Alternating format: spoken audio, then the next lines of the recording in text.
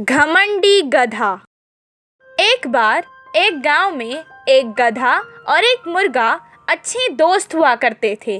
सारा दिन वो खाने की तलाश करते हुए गांव में फिरते रहते थे और शाम में गांव के किनारे पर एक घर में आराम करते थे। उस गधे को बहुत घमंड था। वो अपने आप को ही सबसे अच्छा मानता था और उस पर घमंड करता रहता था। लेकिन मुर्गा बिल्कुल वैसा नहीं था।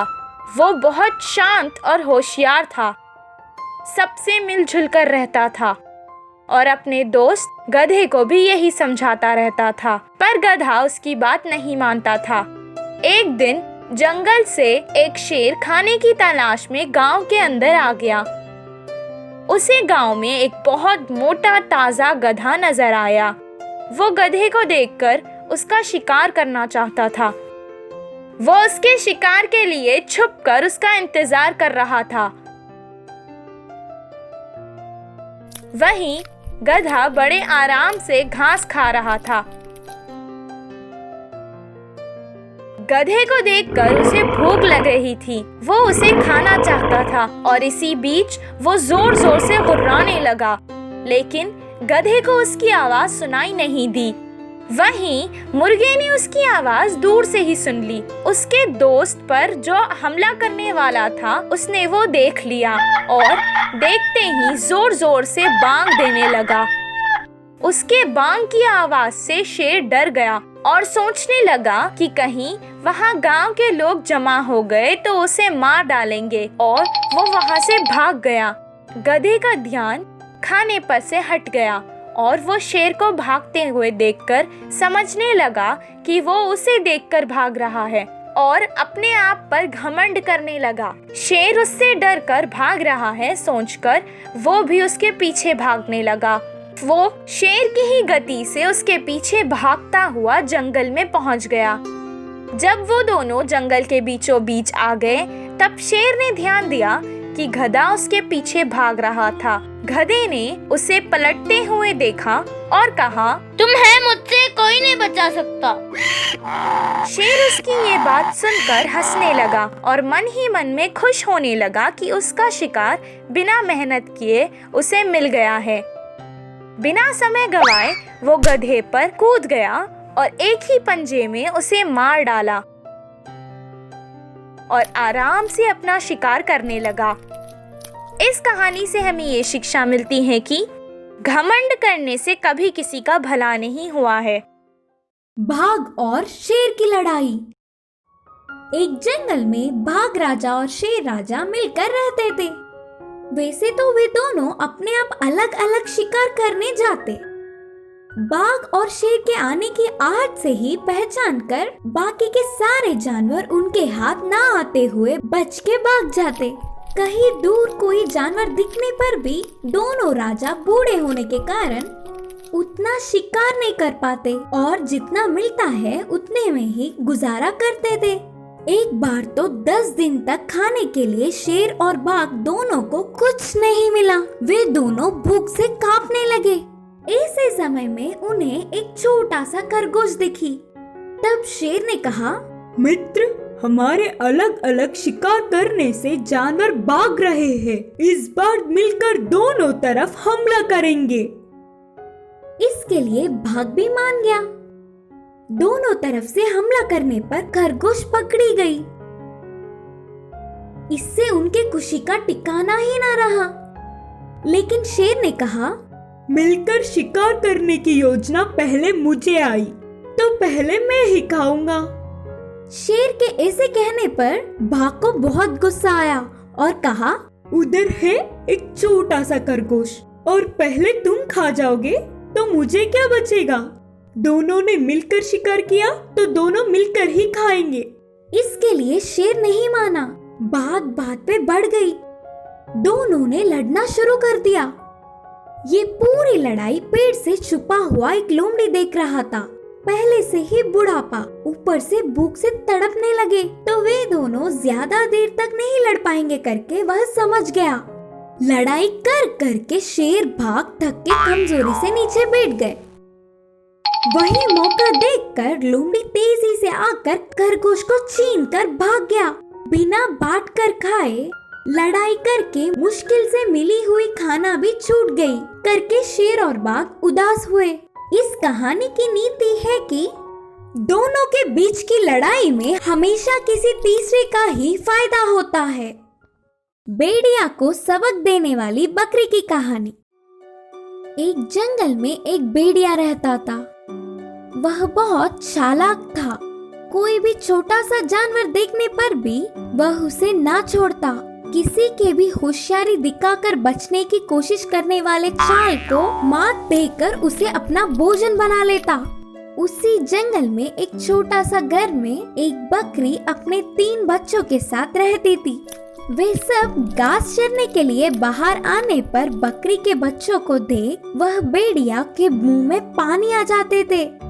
बकरी के बच्चे बहुत ही नरम हैं। माँ के ना होने के समय पर माँ के बिना मुझे किसी एक दिन अकेले मिलेंगे ही, तब लूंगा उनकी खबर। सोचकर उन बकरी के बच्चों को खाने के लिए भेड़िया अक्सर कोशिश करता था, लेकिन हमेशा माँ बकरी के पहरा देने पर उसे मौका नहीं मिलता। एक दिन खाम से माँ बकरी को बाहर जाना पड़ा था। जाते जाते, बच्चों ध्यान से सुनो, मेरे अलावा कोई भी आए तो दरवाजा मत खोलना, बोलकर सावधानियां बरतती गई। ये सब भेड़िया चुपकर देख रहा था। यही समय है, माँ बकरी के वापस आने तक किसी भी तरह बकरी के बच्चों को खाना है, सोचकर एक चाल सोची। माँ बकरी के जाने के कुछ समय बाद भेड़िया बकरी के घर आकर कहा, बेटे मैं तुम्हारी माँ, दरवाजा खोलो बच्चों। अंदर के बच्चों को वह अपनी माँ की आवाज जैसे नहीं लगी। हमारी माँ की आवाज तो ऐसे नहीं होती, उन बकरी के बच्चों ने कहा, और भेड़िया चला गया। कुछ देर बाद दूसरी चाल से फिर आ गया। अब बकरी के आवाज में, दरवाजा खोलो बच्चों, कहा। माँ आ गई करके दरवाजे के छेद से बच्चों ने देखा तो खाले पैर दिखे। नाना तुम हमारी माँ नहीं हो, हमारी माँ के तो सफेद पैर होते हैं, उन बकरी के बच्चों ने कहा। ये तो बच्चे ही है सोचा, लेकिन ये तो मुझसे भी चतुर सोचने लगे। रुको अभी इनकी खबर लूंगा। सोचकर भेड़िया तेजी से जाकर पैरों को सफेद रंग लगाया और फिर से आया। चल चल के पैर जकड़ गए। दरवाजा खोलो बच्चों करके कहने पर आवाज पैर अपने माँ के जैसे ही होने से बकरी के बच्चों ने दरवाजा खोला। तुरंत भेड़िया सामने रहने वाले 2 बच्चों को निगल गया और उधर से चला गया। कुछ देर बाद माँ के वापस आने पर एक बच्चा ही रोता हुआ दिखा। पूरी बात जानकर माँ बकरी गुस्से में भेड़िए के गुफा के पास गई। भूख बुझाकर अच्छे से नींद में रहने वाले भेड़िया के पेट काट कर अपने बच्चों को धीरे से बाहर खींच लिया और कुछ पत्थरों को भेड़िए के पेट में डालकर फिर से टाके लगा दी। बच्चों को लेकर पास के पेड़ के पीछे चली गई। फिर कुछ देर बाद नींद से उठने वाला भेड़िया कुछ नहीं जानता था और प्यास बुझाने के लिए नदी के पास जाकर पानी पीने के लिए झुकते ही पत्थरों के वजन से नदी में गिर के डूब गया। भेड़िए के पीछा छूटने से बकरी और उसके बच्चे बहुत ही खुश हुए। तब से वे सब जंगल में चैन से रहने लगे। इस कहानी की शिक्षा है कि हमारी दृष्टि और सोच का सीधा हम पर ही असर होता है। आलसी बाज की कहानी। एक जंगल में एक बड़ा सा पहाड़ था। उस पहाड़ के पास ही एक लोमड़ी घर बनाकर रहती थी। वह जंगल में पूरा दिन घूमकर मांस कमा कर लाती और थोड़ा खाती और थोड़ा उसके घर में लाकर सुरक्षित रखती। एक बार लोमड़ी पूरे जंगल में घूमकर मांस लाके इकट्ठा करना एक कौवे ने देखा। लोमड़ी मामू, ये पूरा मांस बिना खाए कहाँ ले जा रहे हो? आगे आगे बारिश का मौसम आ रहा है ना, पूरा अभी खाऊंगा तो कैसे, 4 टुकड़े पीछे रखूंगा तो कोई झंझट ना होते हुए आराम से खा सकूंगा, करके जवाब दिया। लोमड़ी के रहने वाले पहाड़ के पास ही एक बहुत ही आलसी बाज रहता था। वह खाना लाने के लिए कहीं बाहर भी नहीं जाता था। लोमड़ी को रोज खाना इकट्ठा करते देख उस मांस से उसके मुंह में पानी आता था।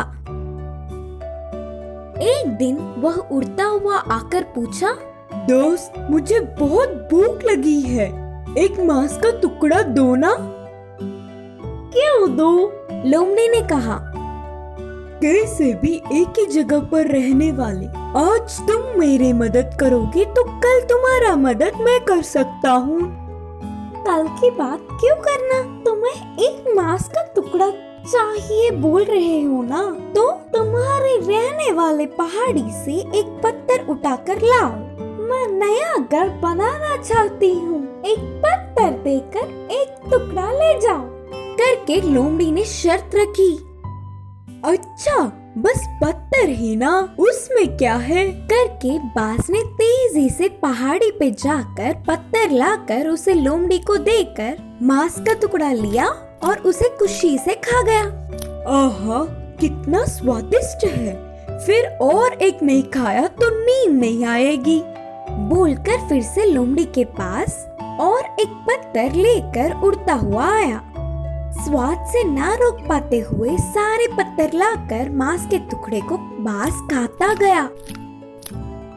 आखिर में वह बाज भारी पत्थरों को उठा उठा कर पूरा थक गया। तब चालबाज लोमड़ी थका हुआ बाज को देख वह उड़ नहीं पाएगा समझकर एकदम से बाज के ऊपर गिर के खुशी से खा गई।